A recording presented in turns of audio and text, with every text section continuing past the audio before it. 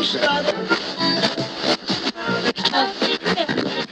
ago, and I was asking her like, do you actually listen to a lot of podcasts? And she was like, not really. She was only like, she listens to like one or two, but like for like 30, 40 minutes. Like, do you listen to any podcasts really? Not anymore. Like I feel like there's been a few that I've listened to.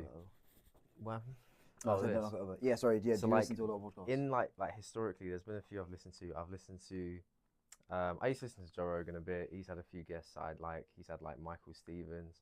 He runs like Michael Stevens runs the Vsauce YouTube channel. Really massive YouTube channel. Never heard of like science, like facts and stuff. It's just quite fun. Neil deGrasse Tyson, he's been on loads Brian of times. Cox, like guys I like listening to like watching astronomy stuff. Right. So I've watched Joe Rogan when he's had, and also fighters as well, obviously. I've watched. He had Ilya Tapouri on recently. I probably would watch that. That was a good one. It was only like 2-3 weeks ago. I used to watch like these two guys, Noel Miller and Cody Ko. They were like two YouTubers. Like Noel's a comedian now. That was years ago. And like one that I probably got into the most is probably like It's Always Sunny. They made a podcast where they would like go through every episode and watch it and just talk about it. I saw a clip of them the other day. It came up on my TikTok. I can't remember what they were talking about, but yeah, I saw. I think they still do it or something. They stopped. The thing is, I was literally up to date with like so many of them, and they were on like season, I don't know, like 4 or 5. Right. And then when I still listened to it, they actually just stopped doing it for ages. But that was a podcast I was really into. But then it kind of not ruined the show for me because they became so like real people. So it's kind of hard watching them act because I knew them so well almost. I know what you mean, yeah. I like they would talk about the background of all the episodes. I'm just like, flipping out. That's not even Dennis. That's Glenn. They're actors. I mean, yeah. That's Glenn. No, but like I realized when you watch podcasts and the actors are the writers, it's like, damn, they kind of. Yeah. So I actually saw So the clip I saw of the It's Always Sunny podcast, they were talking. Someone sent in a question, and they were like, "Who out of you three is like most like your character?" I feel like it would be Dennis. It would be Glenn. Well, he said they was like, "Oh, none of us really," but then he was like, "Dennis, I feel like there are a few things that just really annoy me." Yeah, because he's Like he said, sometimes he snaps at people, and he said that's how he kind of feels. Yeah, like that. His like Glenn as a guy, I remember they actually they did like a question as well. It was like, what does Glenn hate the most? And he put lack of awareness or something like that. As in, he hates when people do things like too loud and stuff like that. He hates stuff like that, and that is something that Dennis would like not kill someone, but like you know what I mean. He would start. Yeah. So like really I'd say the thing is, Charlie is like impossible to be like his name's Charlie as well, but like Charlie the character is just kind of impossible to be like to get in a room and sat down, like you know what I mean. He's just that'd be crazy. And obviously Mac, more likely, but again, still not really a real guy. I mean, obviously they're all not like them, but I feel like they're all kind of like them in some ways. In a way, yeah. Because like just based on their character, like, from interviews that I've seen and just clips, well, like I think the show, because obviously they write it, it's like the show does kind of reflect what they find funny, and obviously when I've watched these people joke around and stuff for like hours and hours and hours, and like you can tell where the inspiration. Like some people write characters that are nothing like them. Whereas I think because these guys have been acting as these characters for probably like half their lives, probably more than that now. It's like, yeah, you can imagine it rubs off on just definitely them. Yeah. Do you know who has really good guests on their podcast? Who? Oh, my mind's just gone blank. Who was it? Oh yeah, so the person that has really good guests on their podcast, Theo Von. Really? Oh yeah, his podcast is. I don't know if you've ever. I've never watched him. It's really good. Like, I've only ever seen clips of him. I always watch his stuff. It's always really funny. He gets like a range of guests. Yeah. So, last week he had on Ocho Cinco, which is, I don't know if you know who he is. He does like a show with Shannon Sharp. He used to be in the NFL. Oh right, yeah. And then the week before he had that guy that was on like Barstool Sports. He has the funny face. He has the long hair. Wait, Priestley something. Funny hair. Funny face. He always make those funny expressions, and he's got blonde hair. He's white guy, and he does like these interview clips, and they're really is funny. he the guy with the moustache? And is he with Drewski a lot? Like yes. Yeah. Like he's had that film on. He's had Drewski a lot, and sometimes he'll get on complete people that you've never heard of. Like he had on a guy. He was like a former retired police officer that was head of the the Las Vegas police. Yeah. So he gets like a real range of guests, and it's always funny, but he has like proper chats with them as well. Yeah, really he actually is a funny guy. Like all the clips of, like he actually genuinely is a funny guy. Yeah, he's so funny. Do you know what? Speaking of funny podcasts, there's one I listen to every week. They do one episode a week. It's called We Might Be Drunk. Right. So it's these two comedians. One guy called Sam Morril and Mark Normand. Right. They're both really funny. And I actually found out about both of them from Joe Rogan. Right. Just from them being on his podcast. But they've been doing one together for a few years, and I started listening to it last year. And I was like, it's so funny. And they always have on really good guests. And what they do is they basically drink. They'll get on like a guest. Whoever, usually it's a comedian, but they'll get on other people.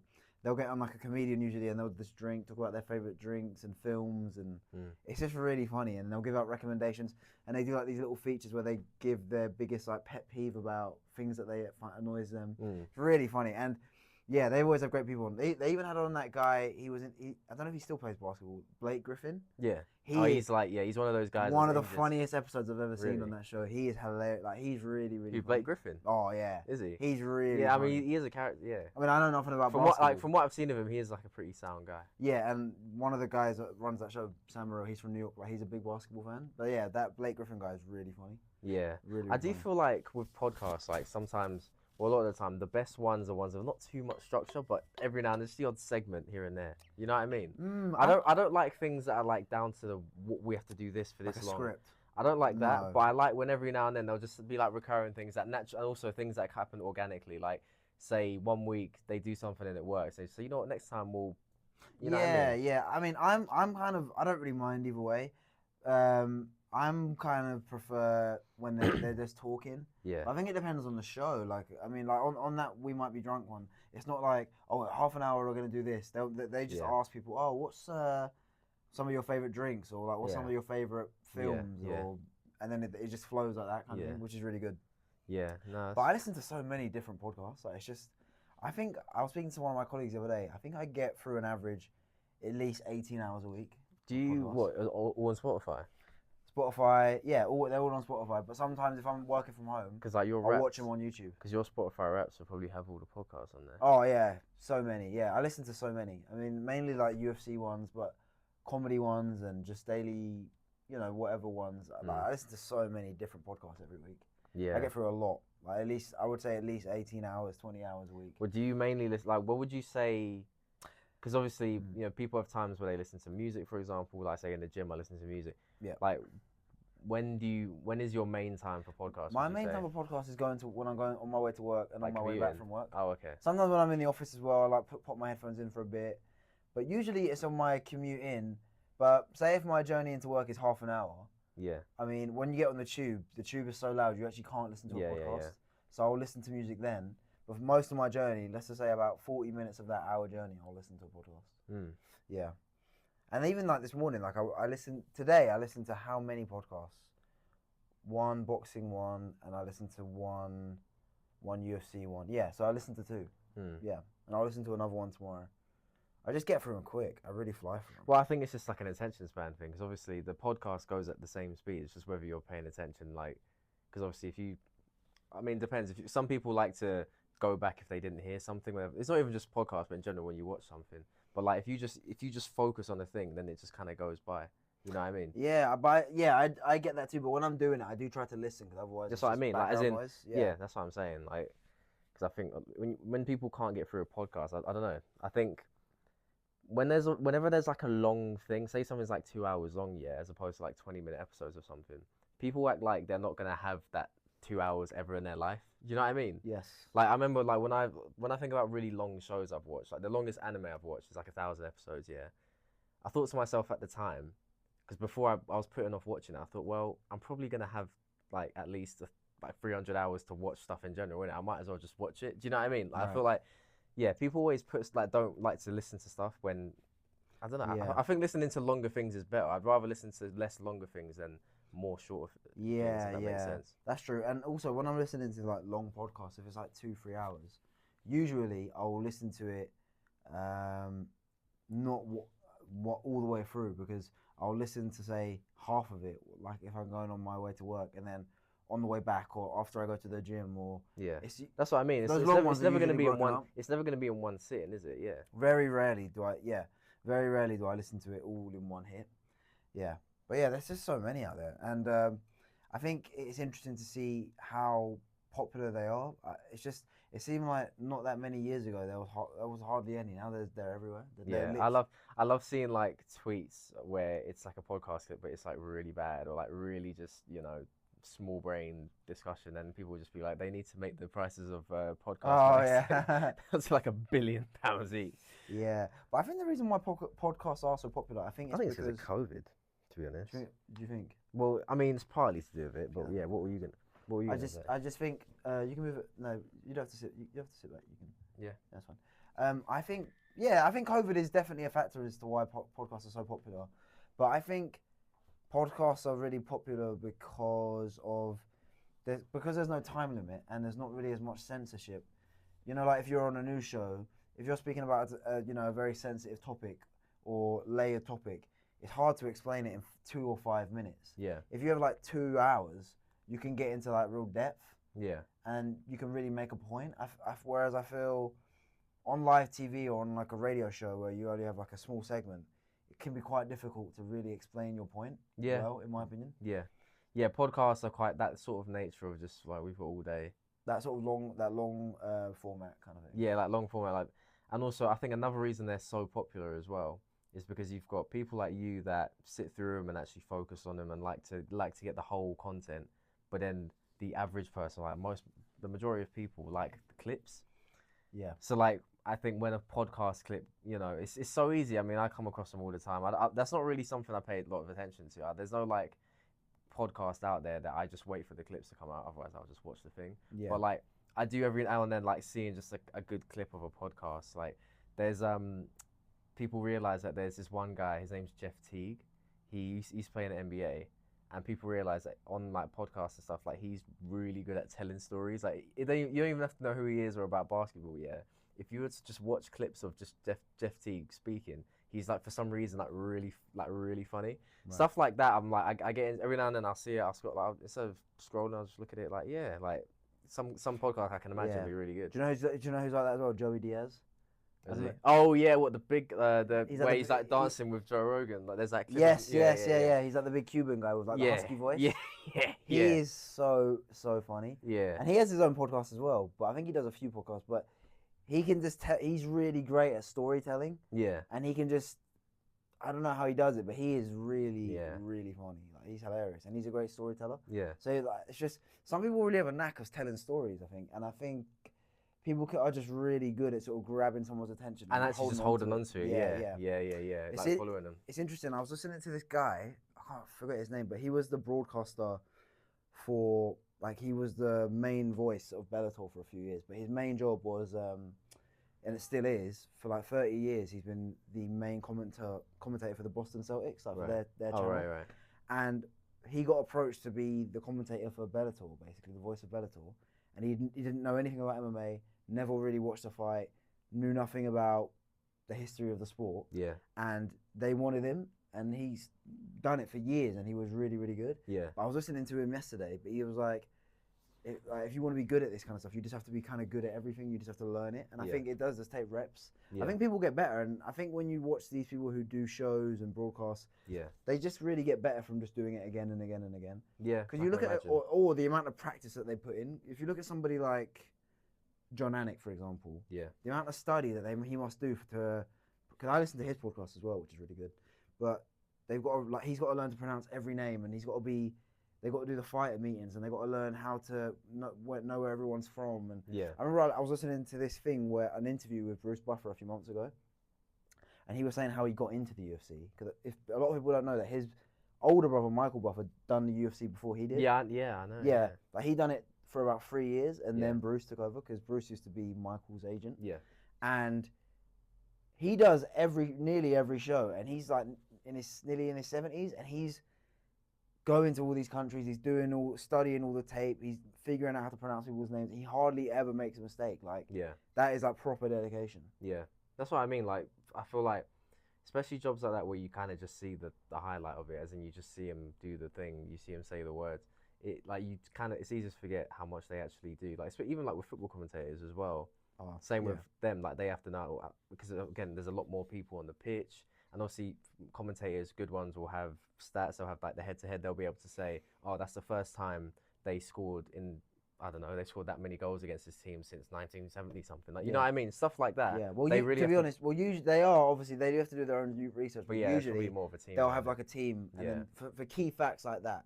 Yeah. But you're right, they do still need to do all of that work. And I think a lot of people, when they're sitting at home, I'm not saying you've got to say everyone's good or like everyone, but I think a lot of people sit at home and think, oh, this commentator's rubbish, he's no good. And I get it, because not everyone has an opinion, and you don't necessarily like everyone's style. But it is hard, because if you said to most people, all right, you try and do it, they would be terrible. It's not easy. That's the thing. Like, imagine that every comment you make. It's not like you're sitting at home making throwaway comments or whatever. Like, imagine if everything you said someone could just rewind what you just said. Yeah, and it's live. Yeah, exactly. It's not like and I'm not saying acting's easy, but if you're acting, you can do take one, take two, take three, take four. Whereas when it's live TV, so you could make a little mistake, and then that you could end on one of them TikToks where people put that song like by Future, that "Let Me Know" song, where brain rot memes where you're like making a mistake. Yeah. I still see that clip where even John Anik was like, both of these fighters fighting for the custody. Oh, yeah. It's funny, Chris Gutierrez, who he said that about, he was not happy with him afterwards. Oh my God. He apologised to him afterwards. That is so funny. I know, it's hilarious. But yeah, but John Anik, I mean, a guy like that, I mean, that's just a ridiculous comment to make. But it can happen. Even I remember there was like 3 years ago, Umar Nurmagomedov had a fight, and Joe Rogan interviews him after the fight, and he's speaking to him, and he's like, "Congratulations, Umar," and he's just like, "What?" And it's just, and he was like, and I've heard him talk about that loads of times, and he said, "I don't get what happened." He said, "I've said Nurmagomedov so many times, 1,000,000 times in the last 10 years, and I don't know what the hell just happened." And it happens, and it's like you make a mistake, and then it's out there. So. Oh man. That's what I mean. People that like appear on live TV, people in like that world, they live in a different world. Like, imagine, like, like the people that you hang around with, like your family and stuff. Yeah. I can recall stuff that you and dad and mum like say, and like I might think, man, remember when they said that might have been kind of weird or whatever. But can you imagine if millions of people have access to stuff that you've said? Like, that would be, especially if you do like things like podcasts where it's so raw, it's not really edited, it's not really rehearsed. Mm-hmm. People can literally put out a thought that you had like years ago if they want to. Like, that's mad to think about. Yeah, and a lot of times there's no context as well. Yeah. So like, I mean, obviously we know it happens to people, but that is mad. Like, imagine I could just pull out a clip from something you said 5 years ago, completely misconstrue it. Obviously, we like the internet knows that can happen to people, but still. Yeah, it's strange. It really is strange, but it does go to show. And also, another thing about live TV or live broadcasting, a lot of people don't realize that these guys, these commentators, these play-by-play guys or whatever, they've got loads of producers in their ear telling them, "Oh, we've got a break." It's like sometimes you see. Because I listen to another podcast I listen to is Michael Bisping and Paul Felder's podcast. They do one together. Oh, right. And they're saying how sometimes they'll go into the thing and they'll do like a really quick interview after. Yeah. Or they'll cut someone off and they don't get an interview. Yeah. Or they make it really short because obviously they're on a live. Yeah. They need to get to the next fight. And if that fight went to a decision and the fight before that went to a decision, they got ads as well. Yeah. They don't want to cut people off. And people are like, you didn't give this guy a fair shake or this and that, but they need to be like, no, the producers are really like, we need to keep this moving on. Do you know what I mean? Yeah, and another underrated skill, and I learned this when I started doing a job on the phone, is being able to be on TV and actually speak while people are speaking to you in your ear set. That is actually a really hard thing to do. Mm-hmm. Like, it's one of those things where you can't you actually have to practice that. Like especially people on like the news and stuff, or news reporters mainly. When they're trying to speak to someone and they've got people in their ear, and they're still saying, because obviously they have stuff that they need to say as part of the report for the sake of the story and whatever. That's obviously that's like a really hard thing to do as well. So that's another thing. Like, in general, appearing on live TV probably takes like a lot more character than I think. Yeah, it definitely takes a lot of reps. I think a lot of people think they can do it, but not saying that no one can do it, but it does take a lot. I think even the gifted people need more practice than they would think they do. If that makes sense. 100%. Like, I think a lot of people out there think they can speak well, so which means they can just go on. Yeah, it's not that simple. It's not that easy. Yeah, even me, I know I can speak well, but sometimes when I'm speaking, I'm like, well, I do speak a bit too fast, and I could cut that down, and I could. Do you know what I mean? Yeah, there are little times that you even catch yourself where you're just speaking so fast. Yeah. Or you're making mistakes and you're stuttering and you're slurring your words. Yeah. It's it happens all the time. And that's the thing with I don't really. Oh, I need to touch my mic. I don't really know what it's called, but skills that involve very trivial activities, like things like talking. I'd say singing, dancing, because people like sing to themselves. People dance when they go out and stuff. But there are also things that you can do professionally. Yeah. I think people in general just think that they're good at them because they do them a lot. Whereas you actually need to practice under certain. You need to practice at everything. I think. Yeah, that's what I mean. Like every single thing can be a refined skill. You can't really cut corners with anything. I know it's kind of sad, but you can't. Yeah. Because otherwise, there'll always be someone that's better that did practice, and you can see with how good some people are that they do practice all the time. Yeah. I like, for example, like in the UFC, like Megan Levy, she's like terrific. Oh, she's incredible. Yeah, she's incredible. You can tell. I've never really seen her mess up, kind of thing. No, me neither. I mean, like you can tell she's someone that's there on merit. Like, clear merit. She's on maternity leave now. Yeah. Oh yeah. Yeah, she's been in the UFC. She's been in the UFC for like since she was like nearly a teenager or something like, or like when she was like early 20s. I think she pretty much left uni and then joined the UFC like a few years later. Surprised. Well, you never seen like a podcast episode of her in it, but before or no? I don't think she's ever been on Joe Rogan. She's definitely been a guest on stuff, but I'm surprised you wouldn't. Off the top of my head. I'm surprised you wouldn't have seen one. I'm sure she would have talked about her story or something somewhere. She definitely has, but I not one that I've listened to. But she is really good though. She is really good. Speaking of UFC, what do you think about this whole Oliveira, Ilya and stuff? Obviously, look, I'm happy because I remember last time I was on it, we actually spoke about this.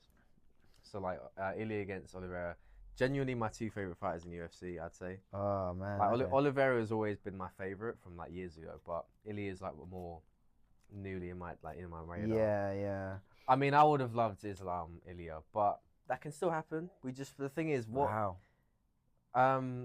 Oh yeah, because if Ilya wins, he said he wants to move up, something like that. That's not but gonna happen. obviously that's not gonna happen. The only way that I could potentially see it happening is if Ilya beats Charles, and then Islam loses to Jack Della Maddalena, and then Islam goes back down to 55, and then he fights Ilya. The thing is, like I say, both my favorite fighters, Ilya and Charles. Like it's one of them ones where I wish both guys could win.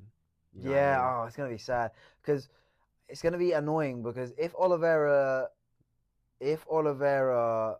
wins, it's gonna be like all these guys that are doubting that Ilya should even be fighting Islam. That's what I mean. Oh, he's too small. Yeah. Oh, that's what I don't want. But then it's gonna be sad to see one of our favorite fighters get KO'd by. You're right, because if Oliveira loses, he's gonna be like older now, and then I don't know. It might be. But then you could look at it as well that Topuria has got more to lose. There's more pressure on Topuria, 100%. Oh yeah, and you know what? Yeah, because of the fashion that he's done it, he moved up when he didn't have to. Really, as in. He did beat a lot of people. He beat Volkan, he beat Max, he beat other people. But like, that was a pretty big play to just say, yeah, I'm moving up now. Like, not even to fight either of them again. Well, I don't think there was no point in fighting either of them. No, but there was no. I feel like, let's just say Topuria stayed at 45, and let's just say Volkanovski got a rematch. I wouldn't. If you was a Volkanovski fan or wanted him to win, you wouldn't be confident at all. I guess not. He iced him easy. Yeah. There was no need for a rematch. That's why I was glad that Topuria moved up. Yeah. It made perfect sense. What I mean is, I think that there is more pressure on Topuria because one, he's not a champion. He's not a champion anymore. And if he loses, everyone's going to be like, "Oh, you're too small for this division." Yeah. And he's gambled. So he has to make a stake. Yeah. So basically, if he doesn't win, people are going to say, well, you can't be any lightweight. Basically. Yeah. And obviously, Oliveira is one of the greatest lightweights of all time. But if Oliveira if Oliveira loses, the pressure is not really that there because he's already been a champion. Yeah. He lost this time last year to Arman Sarukian. It's kind of like, okay, well, your legacy is cemented. He beat Arman. He lost. Oh, to sorry, Arman. That's what I'm saying. So when he lost to Arman, he was out of the picture really. Yeah. No one would have expected really him to get a shot. You know. Imagine if because who's Poirier fighting again? Poirier is fighting Max Holloway in his retirement fight. What is there a chance he doesn't retire? Say if he wins that, do you reckon he'd get a title shot against Charles? Someone suggested that the other day because could you imagine if Dustin Poirier knocks out Max Holloway and then Topuria knocks out Oliveira? Topuria needs a challenger, and it was like, well, let's just give Dustin one last go for the title. That would be massive. But to be honest, I don't think that will happen, and I think Dustin should retire. But I would like to see. Arman, he's the odd man out. But to be honest, didn't Arman say he's open to fighting Paddy, but then Paddy doesn't want him. No, he hasn't. So, and obviously the UFC are annoyed at Arman Sarukian. Yeah. Yeah, which is just so frustrating because I know. I think he would have been one of the only guys that would have been able to beat Islam. Yeah. But I would love to see Paddy Pimblett fight the winner of Charles Oliveira versus Ilia Topuria. You think he should be next then? Yes. I mean, I think he could fight Justin Gaethje, but for me, I know he wants Gaethje. Beating Justin Gaethje for me doesn't really solidify him that much more, because if Paddy was to beat Justin Gaethje, let's just say, everyone would be like, well, he's old, you should have beaten him anyway. He's still a very good fighter, but he's very beatable. Yeah. Do you know what I mean? He's very win one, lose one, win one, lose one. Yeah. Yeah.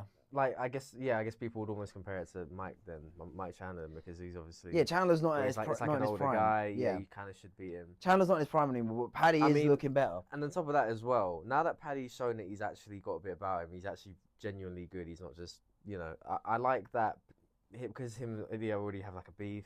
That's what I'm saying. That's a good story. That's what I'm saying. So it's a good story. I think that Paddy Pimblett, you can look at it both ways. Paddy Pimblett versus Ilia Topuria is massive, because they've got the drama. They've got they had the beef in London. They've got all of that history, and it's like they've been calling each other out for years and years and years. Finally in the same weight class, and then Topuria would be champion. On the other hand, if Oliveira wins, it's massive as well, because Oliveira is one of the most popular guys in the UFC, one of the most exciting fighters, most finishes and submissions in the UFC. You can't miss an Oliveira fight, basically. Paddy Pimblett's a jiu-jitsu guy. He brings in all the eyes from the UK. He brings in all the eyes from... Everyone wants to watch Paddy Pimblett, so I think it would be massive either way. And I think the UFC, because their matchmaking has been terrible recently, but if they did Paddy Pimblett versus the winner of Topuria versus Charles Oliveira or Ilia Topuria, that would be perfect matchmaking. Yeah. The lightweight division is always going to be my favourite, man. I just think it's the most versatile. Do you know what, though? I think 170 at the moment is probably the best division in the whole... Look how many elite guys are in from like 1 to 10. It's ridiculous. Yeah. And it's like, what's happening is the new guys are replacing the old guys. Because, you know, the generation before was kind of like Usman, Colby, Leon, Masvidal, Burns. And they've kind of been replaced with... And obviously Bilal was kind of in that as well. Yeah. But now they've been kind of replaced with JDM, Ian Gary, Brady. Yeah. Yeah. Who else was there at the top? Shavkat. Oh, who's the other one at the top? You know, all of these younger guys at 170, Michael Morales, all of these up and coming, exciting guys at 170 that are like 30 years old and younger. Yeah. It's almost like a changing of the guard. Yeah, it's very stacked at the moment. It's very. It's elite. mad. It's very elite. It's mad. It's so exciting, 170. Honestly, it's all jam though, so I don't know who should fight next for the. Obviously, Islam's now in 170, so he's probably going to fight JDM. But apart from that, it's so packed at 170. Yeah, and also I was going back to like Ilia against Paddy. I think one of my favorite things about that matchup is that I think Ilia's better. I think everyone thinks that, but because Ilia's got a better skill set, more refined skill set, but then Paddy's the bigger man. I just think that makes that matchup better. Do you know what I mean? I think that if they were like the same, if Ilia had the same length, I know like height doesn't matter a whole lot, but I just think I do prefer the matchup knowing that Paddy's bigger, he might have an advantage there. And obviously, because we haven't seen Ilia fight anyone like that. Well, we've seen him fight a couple tall people, but you know, that big and that good yet. I think it's actually. Well, he has fought at 155 before. He knocked out Jai Herbert at 55. That's what I mean, but that good though. Yeah, that's what I mean. So there's still a question there. So I don't think the size is gonna matter too much, because I think the biggest guy at 55 was Islam. Yeah. And it's not like Ilia is a midget. He's 5'7". He's not the tallest lightweight. Like, But then there are other guys who are at lightweight who are.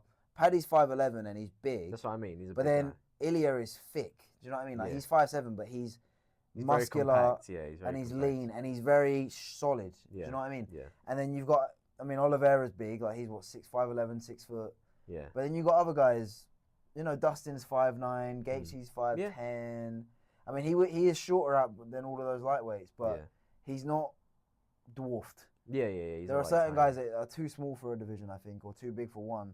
And I don't think he falls into that category. Yeah. I mean, look how good Volkanovski was when he fought Islam the first time. Yeah. And he's even smaller than Islam. Yeah. Sorry, even smaller than Ilia. Yeah, so I think there's definitely... I'm not too worried about the size when it comes to Topuria. Yeah.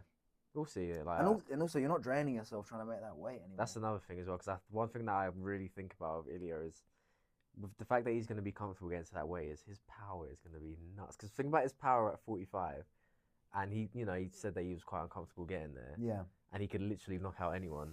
Yeah, but sometimes it doesn't translate as well because Maybe not, but I look think at McGregor. McGregor knocked out nearly everyone at 45. The only guy he went to a decision with was with Max Holloway. That's the only guy he had 7 fights at featherweight in the UFC, not finished 6 of them by knockout. But then when he went up to lightweight, he did knock out Eddie Alvarez, but he didn't. The power didn't translate as well because the guys there are bigger, so they can take a punch better. Maybe, yeah. So who knows? We won't It's really one of those know. things you can't really quantify it. You just have to wait. But yeah, but then saying that, look at Max Holloway. When he went up to 55, he KO'd. No one would have thought he would have KO'd Justin Gaethje like that. So who knows? You might have more power that way. But speaking of Topuria, when he was saying when he was on Joe Rogan, he said that he walks around at 180. So he was cutting 35 pounds, 30 pounds. And he's a lean guy. It's not like you know how Paddy's kind of big, like he gets fat. I follow Ilya and I see him when he's walking around on his walk around weight, and he's still a lean guy. You know what I mean? It's he's not lean. Like, whereas Paddy lets himself go like crazy. I feel like if Paddy stayed in shape, I mean he gets up to about 200 pounds, but I think if he stayed in shape, he would probably be about 180. Yeah. Well, that's how much he would walk around at. Like most lightweights are. I reckon 180. Someone his height. Yeah. But I think he just loves eating, doesn't he? Which is fair play. I mean, he to be fair to him, he does always make weight. He's never missed weight. Yeah. Yeah. UFC, there's going to be a big summer. I think as well. I mean, you can't not talk about DDP against. Oh my God! What do you reckon for that one, DDP or Hamzat? I don't know. Like Hamzat, obviously, in terms of technique, he's probably got the best best wrestling in the UFC. Do you think so? Him and his arm in it, but how does someone that good, that technically good, do against the most awkward style ever? Like I have no idea how that's gonna go. And that's one thing I love about DDP. Like I mean, the thing is, I feel like no champion really runs from people like that, but he definitely doesn't. Like he says, I want to be the GOAT. I want to be the undisputed GOAT of the division. And he says, bring me the guy that no one wants. I love that. That is true. Yeah. Oh, I have no idea. He asked for Hamzat. I have no idea how that's gonna go. That's gonna be crazy. Oh my God! If I was gonna bet my house on it, I'd probably bet on. Oh, I want to say Hamzat, but then it feels so wrong betting against DDP, especially if it makes it out of that first and second round.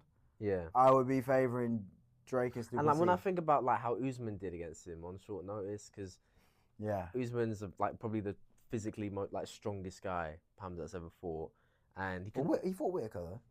Yeah, but Whitaker is a lot bigger. Okay, yeah, he's a bigger guy, fine, but. Well, I say a lot bigger, but he is bigger. But the fact that even with Hamzat, I was able to take him down, but still couldn't submit him. I mean, I don't really know how good DDP's BJJ is like that, but I don't know.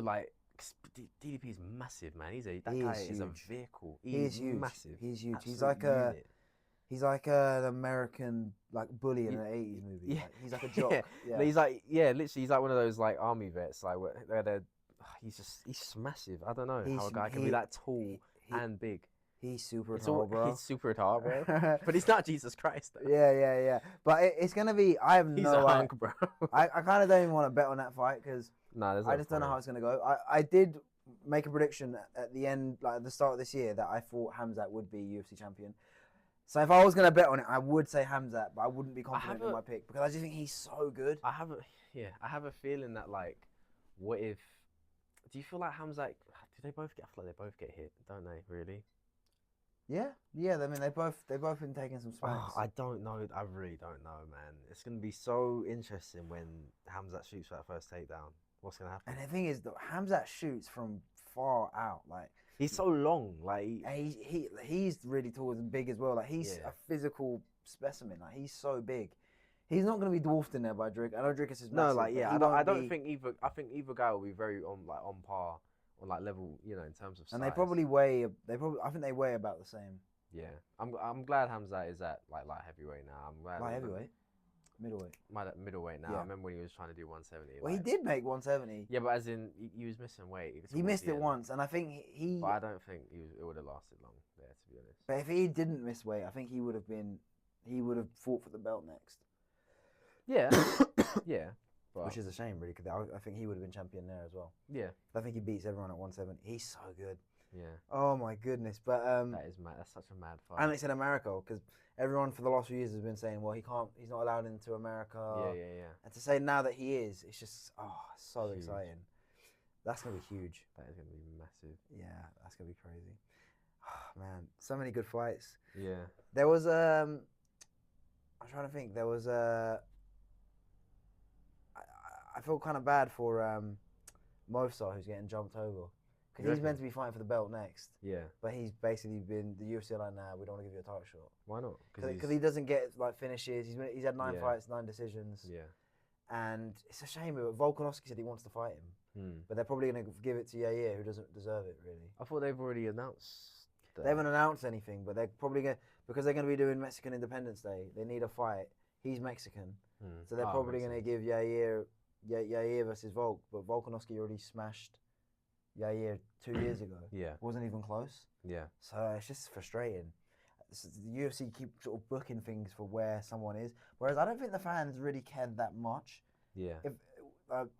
If they did a pay-per-view at London, I don't care if the main event is a British fighter. If they did Hamzat versus DDP in London, I would be like, because it's not like they have a problem selling in the region, is it? It's literally impossible to get tickets. I don't know. Obviously, in an ideal world, you would want, I don't know, let's just say Paddy Pimblett became champion. You would want him doing a show in Liverpool or London or Manchester or whatever.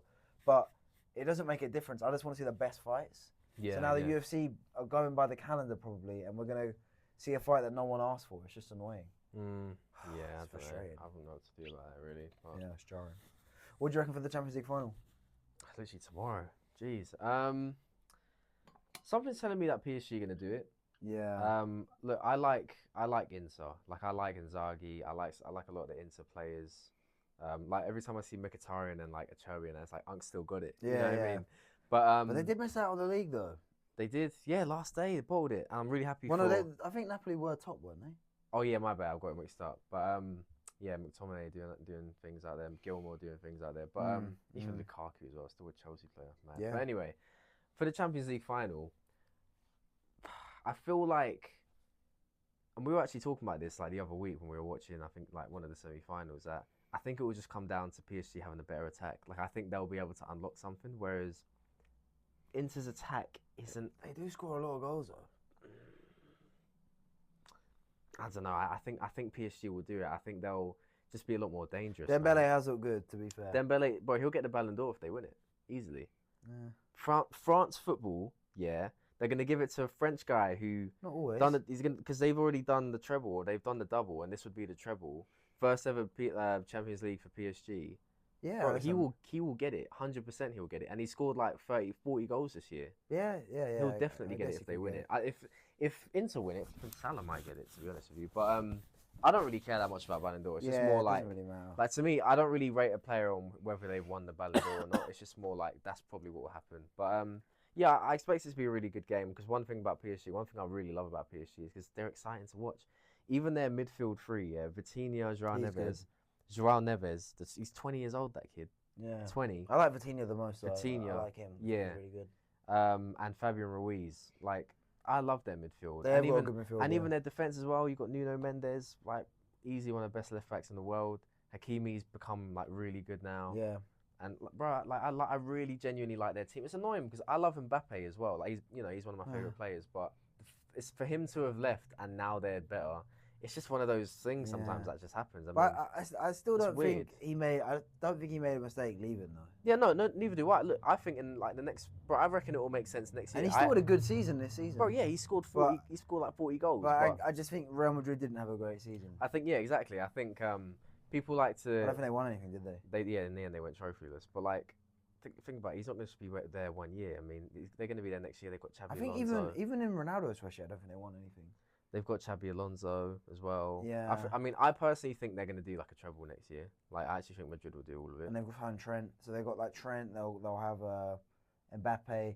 They'll know each other. They'll probably sign up one more player. Yeah. They'll probably sign like midfielder. They signed Howson as well from who? Howson from Bournemouth. Oh yeah. Howson. Yeah. The centre half. Yeah. So they've already got a right back, a centre half, and Well, they signed Mbappe last year, so they've got players. Yeah. No, I think they'll do it all. But yeah. When I was watching them this year in the Champions League, I felt like they lacked pace up top. I know they had injuries. I know Vinny didn't play every game, and yeah. I think they're saying Rodrigo might leave or whatever. But I feel like they lacked, even though I know they had Mbappe, but sometimes it felt like they had no runners in behind. Yeah, yeah. I think, I'm not sure what it is, because usually that's one of their main like threats, is that they're just scary. Like lovely counter-attacks and stuff. Yeah, but I'm not sure. Again, it can happen. Like, I think it's a little bit of a coincidence. Mbappe goes. But the thing is, I did have a feeling that would happen when he left, because they won the Champions League. They won, like they did the double the year before he went. I'm not saying you can't do that 2 years in a row. It's hard to keep it up. But it is hard to just keep the same results. You know what I mean? You think, oh, well, they did it 1 year. The team got better when they signed him, so they should do it again, right? Yeah, but that's not how sport works. Definitely. But I think, yeah, the longer Mbappe stays there, I think the better it will be. And then they'll kind of get into a groove, to be honest. But did you see the, excuse me, and that's another thing as well. With what I think is a bit strange about Barcelona, how they won the league and they done well in the Champions League. I find it surprising because I don't think they're that good. You don't think they're that good? Obviously, they are good because they've got that far and they've done. But as in, like, you don't think they're a good team? Player for player and squad for squad, I don't think they're the strongest. Do you know what I mean? Okay, they're not. That's why I find it surprising. I think they have, like, in their starting lineup. I mean, yeah, I see guys like Inigo Martinez. I know he's not all that. Certain players I know aren't, like Eric Garcia as well. I don't know, he hasn't done much for me, but yeah, they've got a few talents. But that shows they're a good. That shows they're a good team because they're not the best. That's what I mean. Team. I've always said this. I've literally always said this. Yeah, in like tournaments and in successful teams in general, they're not always just the best team on paper. Like, they'll have like their talents, but they're just a great unit. I always feel that way. Well, what I mean is, I'm surprised that they won the league against Real Madrid, because obviously the last few years Real Madrid have been the best team in the world, and they dominated last year. Yeah. But then they go and win the league pretty comfortably. Yeah. And they almost get to the final. Yeah. And it's like, they pounded Madrid this year. And it's not all down. They beat them a few times. Yeah. Madrid didn't beat them. And Yamal's never lost to Madrid. It's crazy, and it's like, I think I saw a stat that Yamal only scored like 10 goals this year, which is obviously good for a guy his age. So it's not like they were. He's got like 7 or 8 league goals, but he's got, in all comps, he's got like 16. Yeah, which is good, but it's not like they were, how can I put it, relying on him to score every goal. Yeah. And they're it's been Rafinha who's been scoring the goals. Yeah, and that's another player that's had a great year. Yeah. So yeah, that's what I'm saying. Whereas I feel like, I know football isn't on paper, but on paper they're not. You wouldn't really expect many of Barcelona's players to get into Real Madrid's 100%. Team. Like, I wouldn't even take Rafinha over Vinny. I know this year maybe, but like, yeah. I'd rather have Vinicius. You know what I'm saying? Like, their team actually, you're actually making a good point. Like, on paper, they're not amazing. I'd say, I'm trying to think who would get in. I think, and even like Yamal, but then instead of Rodrigo, then yeah, I guess so. But then like, Pedri instead of Bellingham or whoever plays in that position.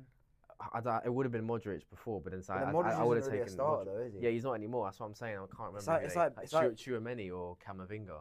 Different kinds of players, aren't they? Really. I think you could compare Pedri to Camavinga because they're both more like passes. Yeah. So I'd probably that's what I mean. There's your and even like left back. I really rate Mendy at left back. Ferland Mendy, yeah.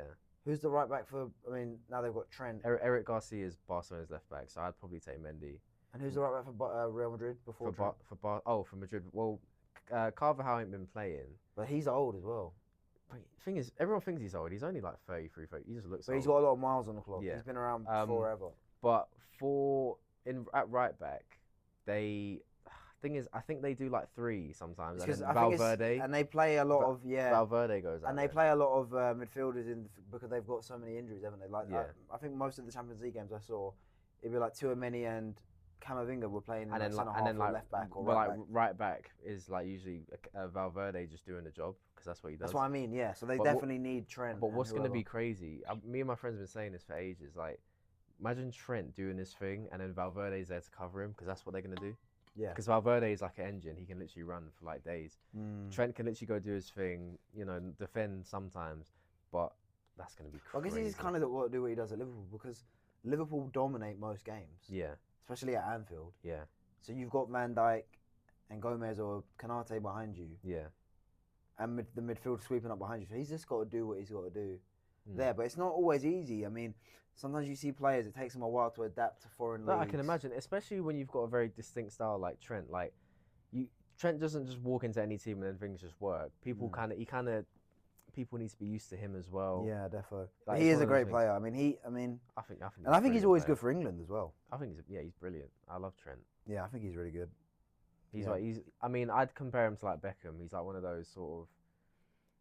He's just a unique. He's in that unique style. He's specialist. He's a specialist set piece taker. Yeah, he's just good at delivery. Everything. He's just delivery. Like, he's so good. I think he is a good defender as well, but sometimes he does get dribble past. He doesn't do himself favors where.